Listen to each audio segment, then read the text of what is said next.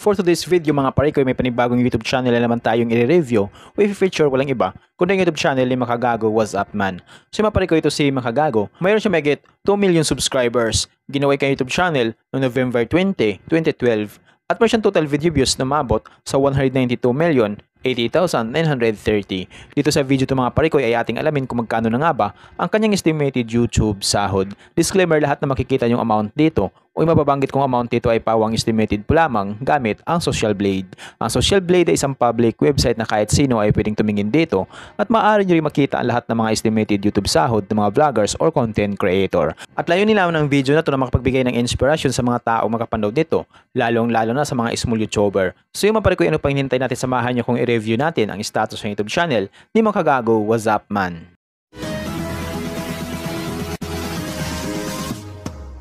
So yun mga pare ko, dito tayo ngayon sa official YouTube channel ni Makagago What's Up Man dito sa Social Blade. So mayroon siyang 424 uploads na video at yung kanyang subscribers ay umabot na sa mahigit 2 million subscribers.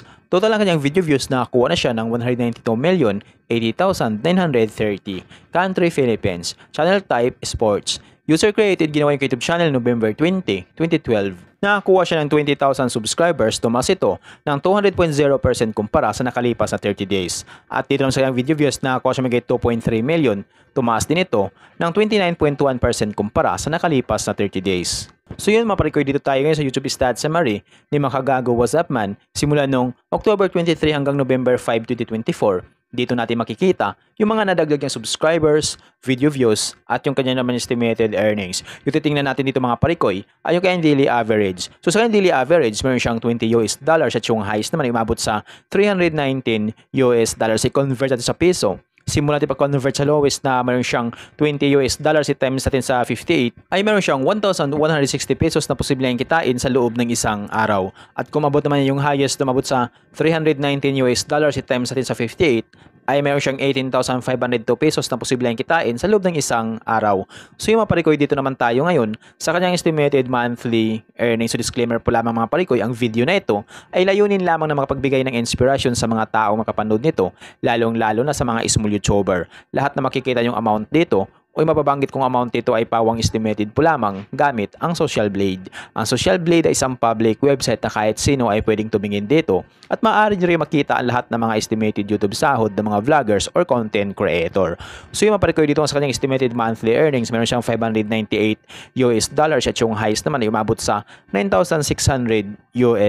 I-convert natin sa piso. Simula natin pag-convert sa lowest na meron siyang $598 i-times natin sa 58 ay meron siyang 34,684 pesos na posibleng kitain sa loob ng isang buwan. At kung mabot naman yung highest na mabot sa $9,600 i-times natin sa 58 ay meron siyang 556,800 pesos na posibleng kitain sa loob ng isang buwan. So yun mga pare ko, maaaring magbabago pa ito depende sa dami ng views na makukuha ni Makagago What's Up Man. So dahil nga sahod ng mga vloggers or content creator, nakadepende yan sa dami ng views, hindi sa dami ng subscribers. At laking tulong din yung mga viewers na hindi nag-i-skip ng ads. So kapag once na hindi po tayo nag-i-skip ng ads, medyo lalaki ang YouTube sahod ng mga iniidolo nating vlogger. So yung mga pare ko, hanggang dito lang yung video natin. So kung mayroon kayong iniidolong vlogger na gusto nyong malaman yung kanilang estimated YouTube sahod, paki-comment lamang sa comment section at gagawan natin ng ganitong klaseng ori ng video. At kung nagustuhan nyo ang video ito mga pare ko, huwag nyo pa sanang kalimutan mag-like, share at mag-subscribe sa munting channel ito. Once again, this is Parikoy TV. Peace out.